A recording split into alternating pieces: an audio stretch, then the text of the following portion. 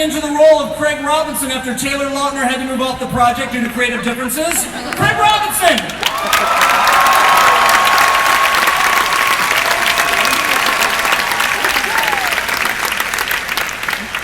Okay, and co-director of This Is the End, they said he could never play the part of Seth Rogen, but he's going to show them wrong. Seth Rogen!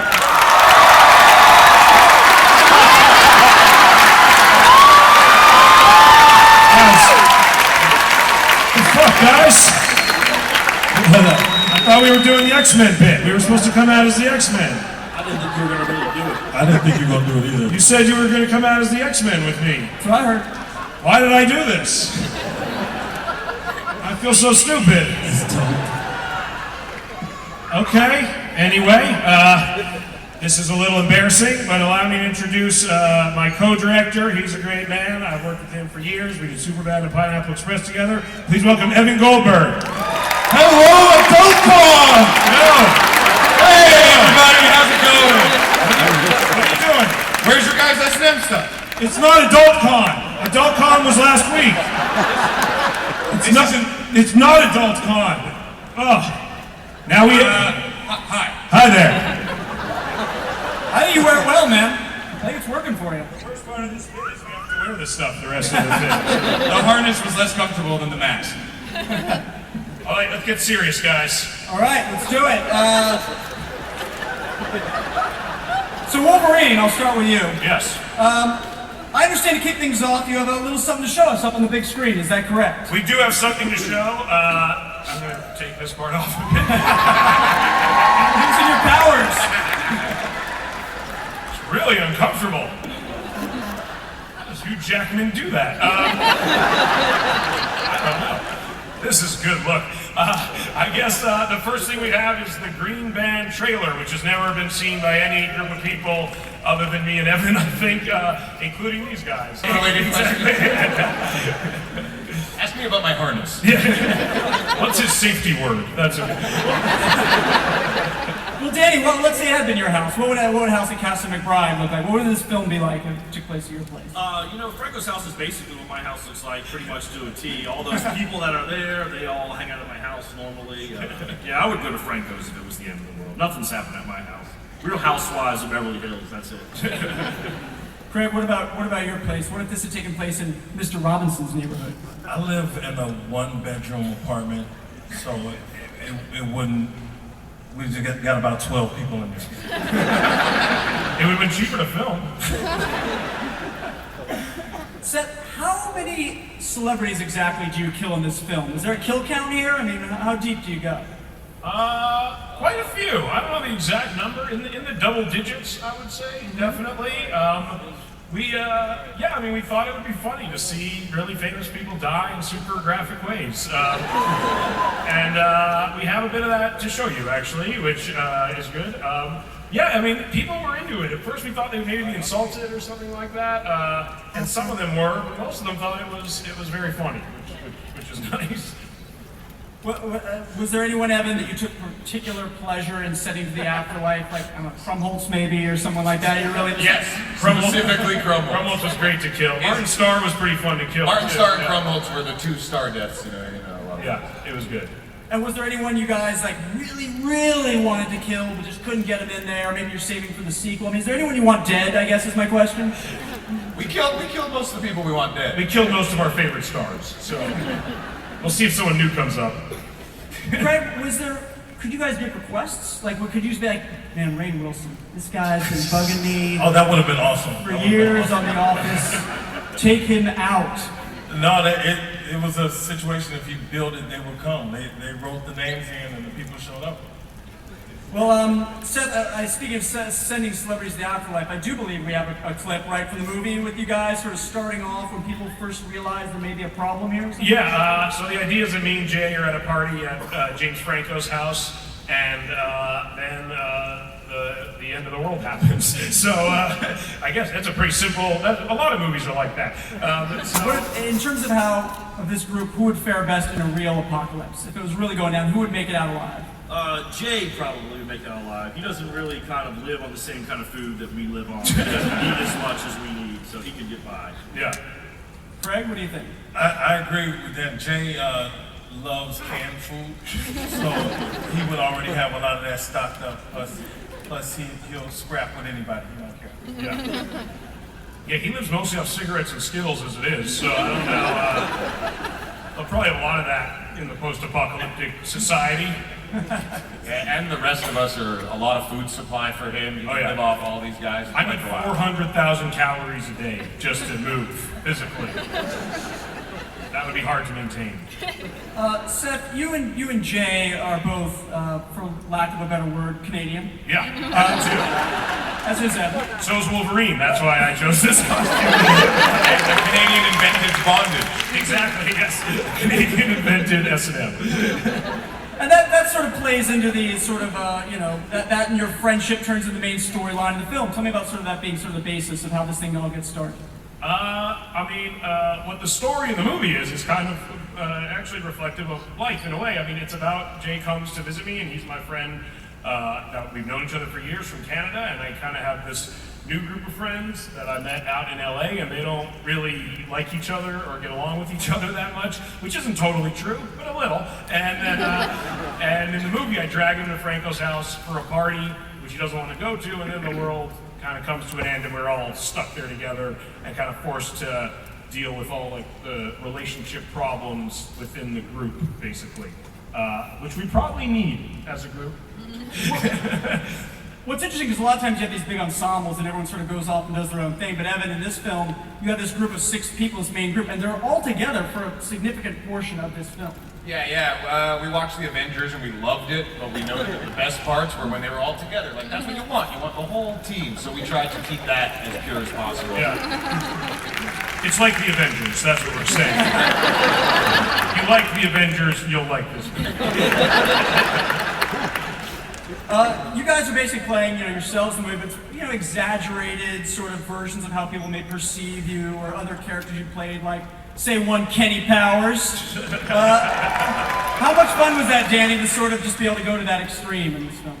It's really funny. I came down about a week after they started filming, and I had kind of heard like rumors of like, ooh, these guys in the improv are really going after each other. They're really kind of nailing each other about their flops and bad career choices and life choices. So I just went through a bunch of message boards and just tried to get up a lot of ammo against Jonah. Make sure I was properly equipped to destroy these guys.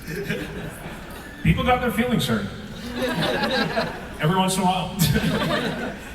And were there people, though, that like, if you're friends with these guys, now you, Seth, and Evan, you're the boss, like, were there things that they didn't want to say or do, and you had to sometimes lay down the law? Yeah, we never stopped anyone from saying anything. That's kind of the rule of our comedies, let them go. And that's why feelings got hurt. Yeah, but almost every one of the guys came to us at one point or another and was like, I don't want to be myself portrayed saying that because it's despicable. But I was cool with it. Now, who's the least like their real self in this movie of everyone that we see? Who's just played sort of against type? Obviously, Michael Cera we saw in that one scene. Michael Cera. Michael Cera plays a lunatic cokehead in the movie. So And you're saying that's unlike the real Michael that's a Cera? little bit unlike the real Michael Did you Cera. ever ask him if he does cocaine? I I've haven't never asked him. He Maybe does. maybe like the last year. He's exactly like that. I don't know. That is his windbreaker he's wearing, though. Me and him were like, that windbreaker is fucking ridiculous. You can't wear that. He's like, it's my windbreaker. Coming from the dude in the Wolverine suit. Exactly. It kind of looks like this, actually. It's a similar, Bright colors. With less padded muscles. This is not padded muscle. I worked out for months for this. Joke. Hey guys, how you doing? My name is Mike. I see Paul holding that champagne bottle. Does he die with that? Does he take that bottle to the grave? Yeah, I mean, does it like go somewhere where? Are you looking for the champagne bottle? I don't know if we stick that bottle up his ass in some way. Just gonna have to wait and find out. We have the elements to do that. Yes. So I know that the movies are like supposed to be really different, but I wanted to know all of your thoughts on The World's End compared to this movie, either in relation or individually. Are you talking about Edgar and Simon's movie? Edgar Wright. I honestly don't know. I mean, we're friends with those guys, but I honestly don't know anything. I literally don't know any more than It takes place at a bar. I think it's about a pub crawl. I think we talked a little bit, and we knew there was no real overlapping, other than the fact that they're end of the world movies. But we've been in communication with that camp. Thank you. Yes, sir. Hey, I got a question for Danny. I'm a huge fan of Eastbound and Down, and I want to know what it's like to be Kenny Powers, and if you could do your catchphrase for us. There are children present here. We have a blast doing that show. It's awesome. I created that show with guys that I went to college with, and it's great. And we actually were going to be done with the show last year, but HBO really wants to come back, and we had some ideas for where we'd take it. So we're going to do one more season that shoots this summer. And I'm dead already, so I can't be in it. Yes. Hi there, guys. I'm Ramel. I'm a really big fan, and I was just wondering, how often do you guys improvise on set? Guys, that's a lot, right? Craig can't read.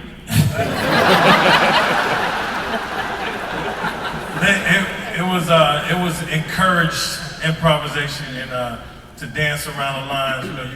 You get the beats of the scene, and obviously the script is going to move you from place to place. But we definitely heightened it with some crazy, colorful words. If you're a shitty writer, you just need good improvers, and it's all good. Exactly, yeah.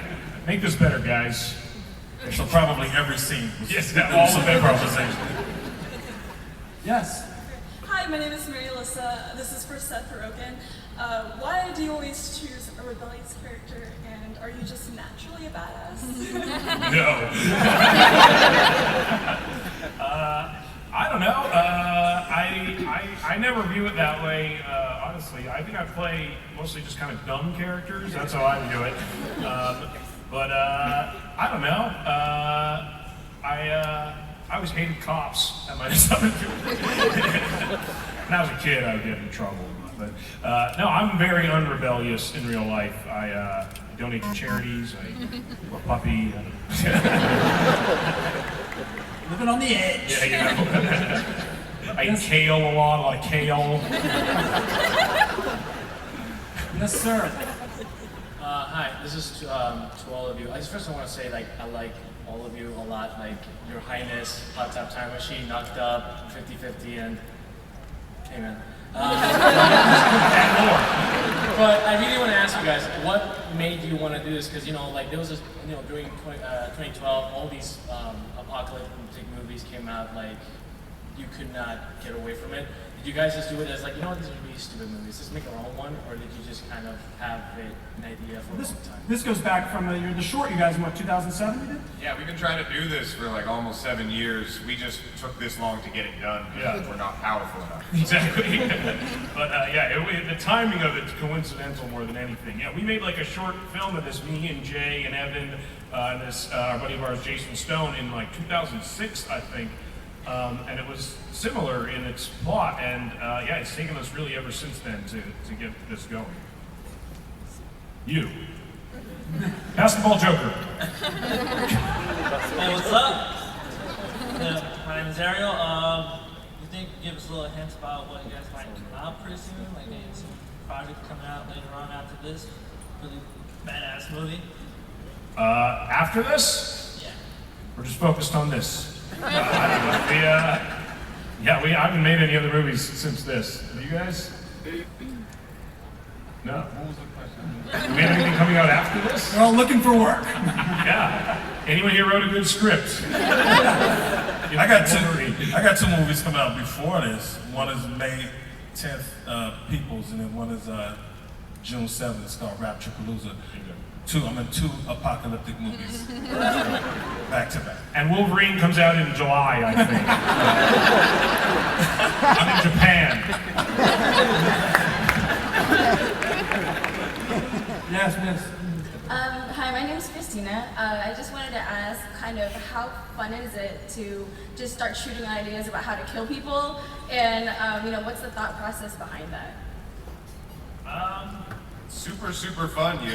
We wrote a bunch of ideas, and then the special effects guys came and showed us how they pulled them off, and it was just like a smorgasbord of different ways to kill people. They had a lot of fun with it. Yeah, it was great. Ripping Aziz's arm off, and making Rihanna plummet to her death. And having Martin's head get crushed by a giant rock. Yeah, James Franco took issue with how he severed Aziz's arm. Yeah, he was like, an arm would never come off that easy. Take it from me.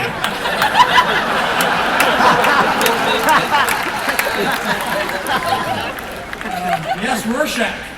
Rorschach, yes. First, I want to say hello, you beautiful comedy gods. Thank you. My question is about more or less. You guys have made a lot of movies, and they're all really amazing. But this one idea is a lot more insane than most of them. I mean, you got Superbad, and then you have all your other movies that are really, they're kooky and silly. But this one seems to be going a bit over the edge. I want to know how you plan on making this play out. I mean, it works. It plays. It functions. People like it.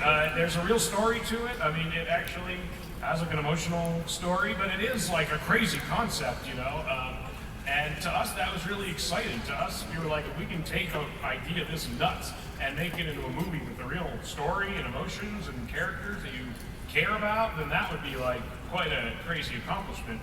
And I think we might have done it. So it's really exciting in a lot of ways to take something. I mean, on set, all day we're doing, this is fucking nuts. Like, it's super weird. Like, we play ourselves. It's really strange. And people's arms are getting ripped off. Like, that's Aziz. He's a real guy. Like,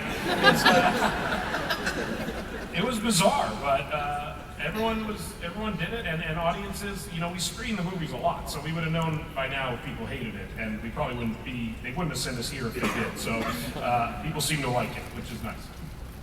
Yes. Yeah. Hi, my name is Lita, and first of all, I want to say I love all of you guys, and I do have a question, but thought I'd say, since you have the S&M outfit, Evan, if you need someone to spank you. Goodness. But I wanted to ask you if there were any things you put in the movie that were a really hard sell for the studio, or anything that they wouldn't let you put in the movie. Honestly, the idea to let us play ourselves was really hard to get people to let us do. Like, they were really worried that just would not work. Yeah, and going out with it, we were like, they're gonna go crazy over this idea, and everyone's gonna want it so bad, and it was like an uphill battle to Yeah, it was somebody like, weren't insane. Yeah, people were just like, it really rubbed people the wrong way in the studio world. And to us, we also wore these costumes when we Exactly, we shouldn't have pitched the movie in this, yeah, in retrospect. The joke wasn't as clear, also, outside of this convention. Yeah, see, that was the biggest obstacle to let us, there was a lot of like, do they have to play themselves? You have to play yourselves? And we were like, to us, that's what makes it like really original and crazy. And so we just kept hammering it home. We actually told the studio, like, we'll shoot it in a way that if people don't like that we're us, we can edit around it, which was total bullshit. That's like, we completely lied. Good thing it works, because yeah. Yes, sir. Hey guys, my name is Leonard, and I've got a question for Seth and Evan. Just judging from what I've seen, the special effects and everything, it looks like you guys didn't go half-assed on the effects of the apocalypse at all, and I'm wondering, how difficult was that to sell to the studio, and what kind of crazy apocalyptic things were there that you guys had in mind, if any, that they wouldn't let you guys do? It's too much. Yeah, it's surprising too for first-time directors. This is a film that has a lot of effects in it. Is that daunting at all or anything? I mean, when it comes to the studio, seeing if we could do it or not, the studio was just like, here's how much money you get, good luck. Yeah, exactly. You can do it for this amount of money, we're in. But we were in a dark room with laser pointers for thousands of hours, talking about hypothetical light hitting hypothetical people, and it was very slow. It was interesting. But we actually did like a previs presentation of a few of the action sequences to kind of show them how we would hope to have it look, and it looks pretty similar to that. And we did a lot of like concept art. We really had to sell ourselves on this because it's a pretty big movie. Like we leave the house eventually, and it's as epic as it could really get in a lot of ways. So it was. I'm glad they let us do it. We just did it for the amount of money that they gave us. That's all. Okay, Edgar Allan Poe, Hitler Bear. Edgar Allan Hitler dinosaur. Hi, my name is Marco Polo. This is for Seth Rogen. Do you plan on doing any kind of like Freaks and Geeks reunion? I would love to. I mean, I would be totally into that. There's no plan on the table. This movie has me, Franco, Siegel, and Martin are all in this movie, so it's like halfway there. Yeah, I mean, I would love to do it. We all like it. I don't know, no one's called. Yes, sir. Hey, Jesse, huge fan. Out of all the people that you guys got to be in the movie, who was the most excited to play the exaggerated version of themselves? That's a good question. Michael Cera. Probably Michael Cera. Yeah. Michael Cera's a real tour de force. Like, he really... In that scene in the trailer where he, I think the first thing he shot was actually him slapping Rihanna on the ass and then her, like, smacking the shit out of him. And I remember he was like, I'm actually going to slap you on the ass. And she's like, I'm actually going to smack the shit out of you. And we actually did it like 4 or 5 times. On the last one, like, she got his ear in like a pretty gnarly way. Like, he really got, we added a sound even. And he was like, I don't think I can do this anymore. Now, did you get it after the first take and just make him do it a couple times more for the hell of it? Yeah, you want safety, you know? You never know. All right, last question. Come correct with a good one, my man. Yeah, I was just wondering because you guys said that you made the short in 2006 and then you didn't have the power to get the feature made. And I was just wondering, was there a particular moment when it clicked with you guys that you had the clout to get it made? And also, what was it like moving from that point where you couldn't get it made to now? Because you moved up from writing to acting to producing and now directing, so. I mean, we barely got it made. Yeah, exactly. It was just, honestly, The Green Hornet was a really big movie, and Sony trusted us after having dealt with such Did well internationally, guys.